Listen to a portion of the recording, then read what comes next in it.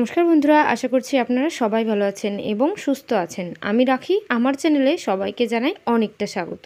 তো বন্ধুরা, প্রতিদিনের মতো আজও চলে এসেছি খুবই গুরুত্বপূর্ণ একটা টিপস নিয়ে, যেটা আপনাদের অনেকটা কাজে আসতে পারে। তো বন্ধুরা, আমি চলে এসেছি আমার প্রথম টিপসে এখানে আছে একটা যে কোনো জিনিস, যেমন ব্রাশ রাখার যে পাত্র হোক, চামচ রাখার পাত্র, অথবা যে কোনো এই ধরনের পেন, কালার পেন্সিল সমস্ত কিছু রাখার এই যে পাত্রগুলো, আমরা যখন এই ধরনের চিরুনি রাখছি, এই সমস্ত জিনিস রাখছি না, রাখতে রাখতে দেখবেন বেশ কিছুদিন পর এর মধ্যে অনেকটা ধুলো পড়ে যায়। আমরা সব কিছু বাইরে থেকে পরিষ্কার করলেও এর ভেতরটা কিন্তু কখনোই পরিষ্কার করি না। এর ভেতরটা প্রচুর পরিমাণে নোংরা থাকে। তো এই এতটা ডিপ হওয়ার কারণে আমরা কিন্তু সবসময় যে হাত দিয়ে পরিষ্কার করব এমনটাও করতে পারি না।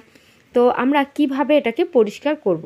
তো দেখবেন অনেক সময় রান্নাঘরের যেটা থাকে, যেমন চামচ রাখার যে পাত্রগুলো যদি হয়, সেক্ষেত্রে আমরা স্কচব্রাইট দিয়ে ভেতরটা পরিষ্কার করে নিতে পারি। আবার যদি ঘরের ভেতর থাকে, সেক্ষেত্রে আমরা স্কচব্রাইট এর মধ্যে দেওয়া পছন্দ করি না। ঘরে হোক, আমাদের ড্রেসিং টেবিলে রাখা হোক, যেমন ব্রাশ, চিরুনি রাখছি, মেকআপের জিনিসপত্র, মেকআপের ব্রাশ রাখছি, সেক্ষেত্রে আমরা কোলগেটের সাহায্যে পরিষ্কার করব। একটা ব্রাশের মধ্যে কিছুটা কোলগেট লাগিয়ে নিয়েছি, সামান্য একটু জল দিয়ে দিয়েছি ভেতরে। এইভাবে আমরা যদি একটু ঘষে নিই বন্ধুরা, তাহলে কিন্তু এই পাত্রটা আমরা যে রাখছি, আমাদের মেকআপের জিনিস হোক, ব্রাশ হোক, চিরুনি হোক, চামচ হোক, এই পাত্রটাকে আমরা খুব সহজে কিন্তু পরিষ্কার করে নিতে পারবো কোলগেটের সাহায্যেই। তো এইভাবে আপনারা একটু পরিষ্কার করবেন, তাহলে ঘরে থাকা এই সমস্ত জিনিসগুলো দেখবেন কখনোই নোংরা হবে না। বাইরেটা আমরা পরিষ্কার করলেও কখনোই ভেতরটার দিকে লক্ষ্য করি না, তাই মাঝে মধ্যে অন্তত মাসে একটা বার আমরা এর ভেতরটা লক্ষ্য করে আমরা এইভাবে যদি একটু ঘষে নিতে পারি, তাহলে ভেতরে ভেতরে যে সমস্ত ডিজাইনগুলো আছে, যার মধ্যে ধুলো প্রচুর পরিমাণে পড়েছে, দেখতেই পাচ্ছেন, সেই সমস্ত ডিজাইনের মধ্যেও কিন্তু ধুলোগুলো পরিষ্কার হয়ে যাবে।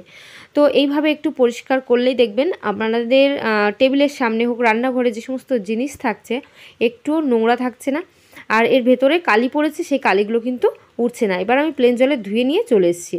তো প্লেন জলে ধোয়ার পর দেখতেই পাচ্ছেন এই ধরনের যে সমস্ত স্ট্যান্ডগুলো আছে কতটা পরিষ্কার হয়ে যায়। এইভাবে পরিষ্কার রাখলে সেই পরিষ্কার পরিচ্ছন্ন জায়গায় জিনিসপত্র রাখতেও কিন্তু আমাদের অনেকটা ভালো লাগবে। তো দেখতেই পাচ্ছেন চিরুনিগুলো রাখলাম, একটা পরিষ্কার জায়গা থাকলে আমাদেরও কিন্তু একটা সবসময় মনটা ভালো লাগে। তো আশা করছি এই টিপসটা অনেকটা ভালো লেগেছে, অনেকটা কাজে আসবে। চলে এসেছি পরবর্তী টিপসে এখানে আছে কিছুটা চামচ। তো চামচ সাধারণত আমরা প্রত্যেকটা দিন ব্যবহার করছি খাবার দাওয়ার জন্য, প্লেটের মধ্যে চামচ থাকবেই, সে যে কোনো খাবার হোক। তো এই চামচগুলোকে আমরা প্রতিদিনই যখন ধুচ্ছি, কীভাবে প্লেনভাবে যেভাবে বাসনপত্র ধুই, নর্মালভাবে আমরা স্কচব্রাইট দিয়ে একটু ঘষে পরিষ্কার করে নিচ্ছি, কিন্তু এই চামচগুলোর মধ্যে না প্রচুর পরিমাণে জীবাণু থেকে যায়। তো এইভাবে প্লেনভাবে ধুচ্ছি ঠিক আছে, কিন্তু মাঝে মধ্যে এটাকে আমাদের ডিপ ক্লিন করা উচিত।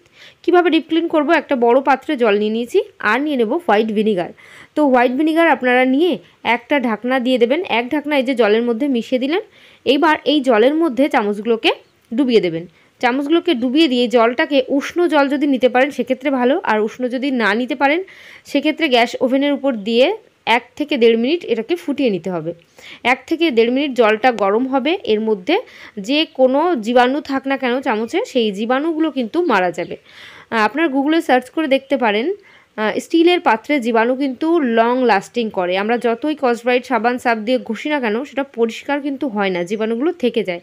তাই মাঝে মধ্যে, অন্তত প্রতিদিন না পারেন সপ্তাহে অন্তত 2 বার কি 1 বার অবশ্যই চামচগুলো ডিপ ক্লিন করা উচিত আমাদের হেলথের জন্য। কারণ যেহেতু আমরা এই চামচ দিয়ে খাওয়া দাওয়া করছি, চামচের মধ্যে নোংরা জীবাণু যদি থেকে যায়, সেটা চামচের মারফত আমাদের পেটের মধ্যে চলে যাবে, তখন আমাদের হেলথের জন্য অনেকটা কিন্তু ক্ষতি হবে। তো এইভাবে গরম জলের মধ্যে 1 থেকে 1.5 মিনিট রাখার পর এই চামচগুলোকে এখান থেকে তুলবেন, তুলে একটা শুকনো কাপড়ে মুছে নেবেন। তো আমি এখানে একটা গামছা নিয়ে নিয়েছি, গামছার মধ্যে করে চামচগুলোকে কিন্তু খুব সুন্দর করে মুছে নেব। মুছে তারপর যেখানে চামচ রাখার প্রয়োজন আমাদের, ঠিক সেখানে চামচগুলোকে আমরা রেখে দেব। এই চামচের মধ্যে কিন্তু জল থাকলে হবে না, এই জন্য একটা শুকনো কাপড় দিয়ে আপনারা চামচগুলোকে মুছে নেবেন। তো এইভাবে ডিপ ক্লিন করলে দেখবেন আপনাদের হেলথ অনেকটা ভালো থাকবে, আর চামচগুলোও কিন্তু অনেকটা ভালোই থাকবে। তো আশা করছি বন্ধুরা আমার এই টিপসটা আপনাদের অনেকটা কাজে আসবে, অনেকটা ভালো লেগেছে। তো আমি চলে এলাম আমার পরবর্তী টিপসে। এখানে একটা বক্স নিয়ে নিয়েছি। অনলাইন থেকে যখনই আমরা শপিং করি এই ধরনের বক্সগুলো কিন্তু আমাদের বাড়িতে আসে, সে ছোট বক্স হোক আর বড় বক্স হোক। তো এই বক্সগুলোকে তো আমরা কাজে লাগাই না, ফেলে দিই। সাধারণত আমরা কী করি, একটা সাইড থেকে টেপটা কেটে আমরা ওর মধ্যে প্রোডাক্টটা বের করে নিই। প্রোডাক্ট বের করার পর টেপটা যেহেতু খুলে যায় সেলো টেপটা, তাই সেলো টেপটা বেশ ভালো করে এখানে লাগিয়ে নিচ্ছি। বলবো এখানে কি কাজ করব। সেলো টেপটা 1 থেকে 2 বার এখানে লাগিয়ে দেবো, কারণ স্ট্রংভাবে এটা লাগাতে হবে যেন এই ঢাকনাটা খুলে না যায়। তো এইভাবে সেলো টেপটা আমরা যখনই লাগিয়ে নিলে দেখবেন এই বক্সটা কিন্তু একদম শক্তভাবে সেট হয়ে থাকবে, খুলবে না। এইবার আমাদের কি কাজ করতে হবে দেখবেন, আমাদের এই সমস্ত ঘর অর্গানাইজ করার জন্য অনেক জিনিস আমরা বাইরে থেকে কিনে আনি। বাইরে থেকে কিনে না এনে এই সমস্ত ঘরের টুকিটাকি জিনিস দিয়ে যদি অর্গানাইজার সে সমস্ত জিনিস তৈরি করতে পারি তাহলে কেমন হয়। কি করতে হবে, একটা পেন্সিল নিয়ে নিয়েছি। পেন্সিলের সাহায্যে ঠিক নিচের একটা কর্নারের দিকে বা পাশের কর্নারটার দিকে এখানে হাফ পজিশন পর্যন্ত আমি দাগ দিয়ে নিচ্ছি, আর ঠিক ডান পাশের উপরের দিকে হাফ পজিশন মতো আমি দাগ দিয়ে নিচ্ছি। এই যে দাগটা দিয়ে নিলাম, দাগটা দিয়ে এই কর্নার ঠিক এই জায়গা থেকে, মানে এই কর্নার থেকে এই মাথার দিকের যে কর্নারটা পর্যন্ত আমি পুরো দাগ টেনে নেব। তো বন্ধুরা এখানে যেহেতু সেলোটেপ লাগানো আছে দাগটা ভালো পড়ছে না, তো আমি এখানে শক্তভাবে চেপে দাগ দিয়ে আপনাদের ভালো করে দেখিয়ে দিচ্ছি। এই যে আমি এইভাবে একটা দাগ টেনে নিয়েছি। এই দাগটা কেন টানছি, এর কিন্তু দুটো পাশেই এই দাগটা টানতে হবে। দুটো পাশে যদি এইভাবে দাগটা টেনে নিই তাহলে কিন্তু এটা কাটতে আমাদের খুবই সোজা হবে। আপনারা কাঁচি ইউজ করতে পারেন অথবা ব্লেডও ইউজ করতে পারেন। ইউজ করে মেন কথা এটাকে কেটে নিতে হবে। কেটে নিলে এটা এতটা সুন্দর একটা জিনিস তৈরি হবে, দেখবেন আমাদের প্রত্যেকের বাড়িতে টেবিলে আমরা এটা খুব সুন্দর করে গুছিয়ে রাখতে পারবো। এমনকি বাচ্চাদের পড়ার যে টেবিলগুলো, পড়ার জায়গা, যদি বক্সটা একটু বড় হয় সেক্ষেত্রে আমরা কিন্তু এর মধ্যে আরও অন্য জিনিস রাখতে পারবো। যেহেতু আমার বক্সটা একটু ছোট, এই জন্য ছোটো ছোটো জিনিস এর মধ্যে রাখতে হবে। দেখতে পাচ্ছেন পেছন দিকটাও কিন্তু আমি দাগ টেনে নিচ্ছি। এইভাবে দাগ টেনে আমাদের এই বক্সটাকে কেটে সেট করে নিতে হবে। তো চলেন আমি এটাকে কেটে তারপর দেখিয়ে দিচ্ছি। তো আমার এখানে কাটা হয়ে গেছে। কাটার পর এই যে দুটো বক্স তৈরি হয়েছে এটাকে ডাবল টেপের সাহায্যে আমি আটকে দেব। ডাবল টেপের সাহায্যে আটকে দেওয়ার পর আপনারা যদি একটা কালারিং পেপার দিয়ে সাইডটাকে মুড়ে দিতে পারেন একটু আঠার সাহায্যে, তাহলে কিন্তু জিনিসটা দেখতে অনেকটা সুন্দর লাগবে। আমি এখন এটা করতে পারছি না, এজন্য সাইডটা যে কালারিং পেপার দিয়ে আটকে দেওয়া আপনাদের মতো করে লাগিয়ে নেবেন। এইভাবে দেখতে পাচ্ছেন কতটা সুন্দর একটা অর্গানাইজার তৈরি হলো। এটা টেবিলের পরে রেখে দিলে, যদি বড় বক্স হতো তাহলে বই খাতা খুব সুন্দরভাবে এর মধ্যে গুছিয়ে আমরা রাখতে পারতাম।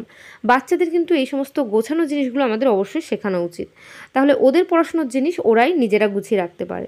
পেন্সিল, রাবার যে সমস্ত আছে, ছোট সেলোটেপ আছে, এই সমস্ত ছোটো ছোটো জিনিসপত্র পড়াশোনার কাজে লাগে, রং পেন্সিল, পেন, প্রত্যেকটা জিনিস এর মধ্যে গুছিয়ে আমরা কিন্তু টেবিলের পরে রাখতেই পারি। তো বন্ধুরা আশা করছি টিপসটা অনেকটা কাজে আসবে। চলে এসেছি পরবর্তী টিপসে। আমাদের কাছে দেখবেন অনেক দিনের আগের পুরনো ব্লাউজগুলো থাকে, সেই ব্লাউজগুলো আমরা কিন্তু খুব একটা কাজে লাগাই না। যেহেতু সময়ের সঙ্গে সঙ্গে মানুষের ওয়েটের পরিবর্তন হয়, কখনো মানুষ মোটা হচ্ছে, কখনো মানুষ রোগা হচ্ছে। তো এমন অবস্থায় যদি প্রথম দিকে একটু মোটা থাকলেন, ডেলিভারি হওয়ার পর একটু রোগা হয়ে গেছেন, এরকম যদি পরিস্থিতি হয়, মানে যে কোনো কারণে ওয়েট কমে গিয়ে আপনাদের ব্লাউজগুলো বড় হয়ে গেছে, তো সেই ব্লাউজগুলো সাধারণত আমাদের কি করতে হয়, এই সাইডগুলো কাটতে হয়। তা যদি না কাটেন সেক্ষেত্রে সুতো দিয়ে সেলাই করে নিতে হয়, আমাদের ফিটিংস করতে হয়, কারণ ব্লাউজ কিন্তু আমরা ফিটিংস ছাড়া পরতে পছন্দ করি না। আবার এখন নতুন যেহেতু ব্লাউজ উঠে গেছে, এই জন্য পুরোনো ব্লাউজগুলোকে আমরা পরতেও চাই না। তো নতুন ব্লাউজ আনি সেটা পরি, কিন্তু পুরোনো ব্লাউজগুলো দেখবেন অনেকটা সময় এতটা সুন্দর ব্লাউজ থাকে বাদ দিতেও ইচ্ছা করে না।